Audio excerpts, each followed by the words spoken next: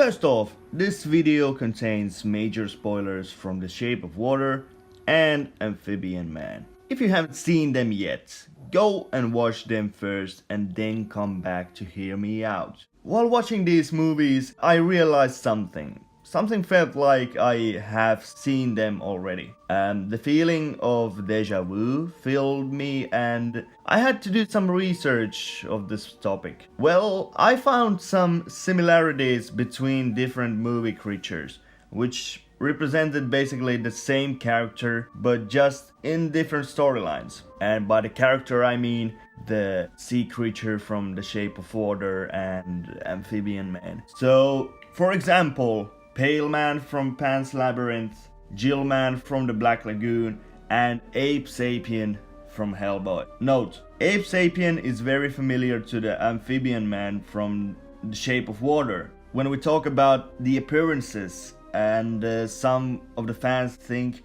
that The Shape of Water is a prequel to the Hellboy, but we can talk about it later. Now what's important is the connection between two films. I have a theory, and it may or may not seem logical, but it is definitely possible. So basically, I'm going to poke the beehive and throw this statement. This Soviet sci-fi romance movie, Amphibian Man, is a prequel to a multiple-time Oscar nominee, The Shape of Water.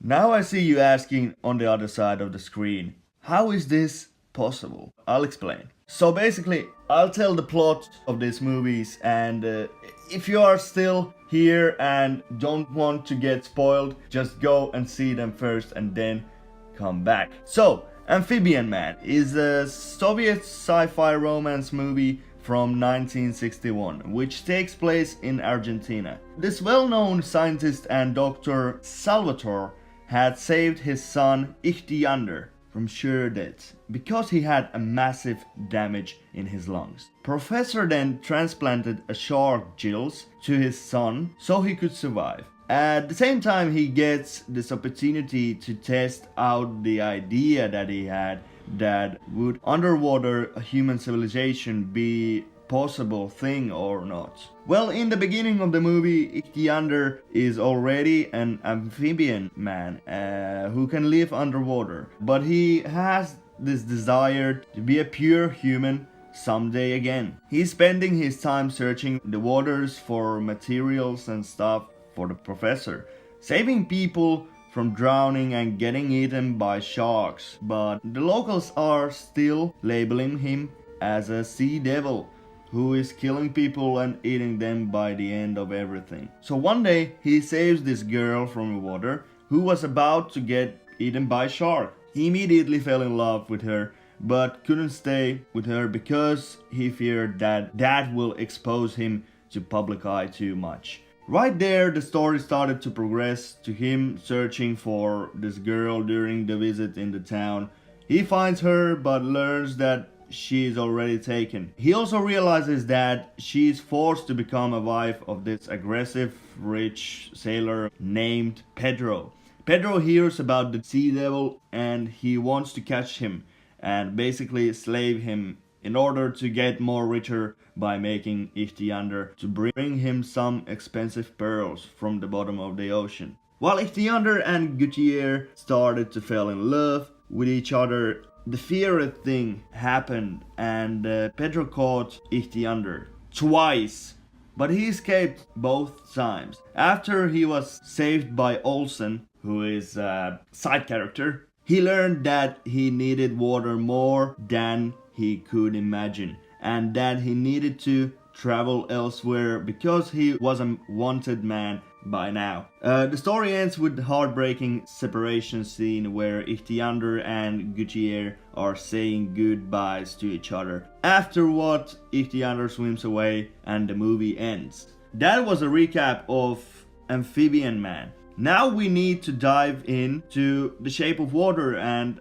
after that analyze these two and put my theory on the table. Just bear with me. The Shape of Water. Heartbreaking story of a mute woman, Elisa, who is a cleaning lady in this government facility of scientists. One day, the government employee Richard Strickland as we know Colonel Strickland, brought the water tank with a sea creature inside of it. It was found in Amazon, and military believed that this creature is the key to win the war against Soviet Union. This amphibian man was examined by these scientists and tortured by Strickland. From there, Eliza got very curious and wanted to see creature for herself. So she sneaked into examination room and started to make contact with the creature in different ways. It continued for some time, after which Strickland got a deadline to make the creature one of their own or destroy it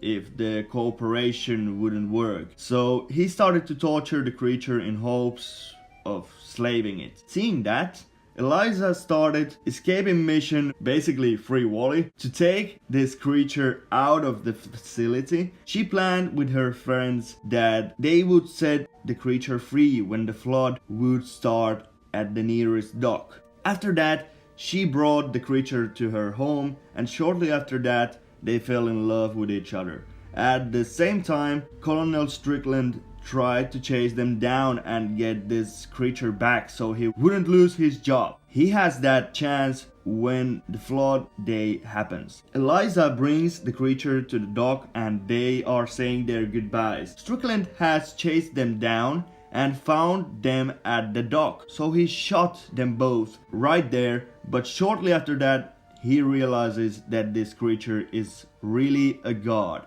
and for a reason. Strickland gets killed by this creature, then it goes and revives Eliza underwater. And the movie ends there, when she wakes up. So my theory is basically that after Amphibian Man events, Ichthyander swims away and finds himself in the Amazon, where this primitive human race starts to worship him as a god creature. That's Strickland said in the Shape of Water. He stays there for about 20-25 years and got caught by the young American Colonel Strickland while some kind of government's expedition journey. They simply got a tip that the rumors about the godlike sea creature are real. He's located in primitive village in the Amazon. Strickland finds the creature and chases it down with an expedition group. They catch it and send it to America, where Strickland brings the creature to this government's facility.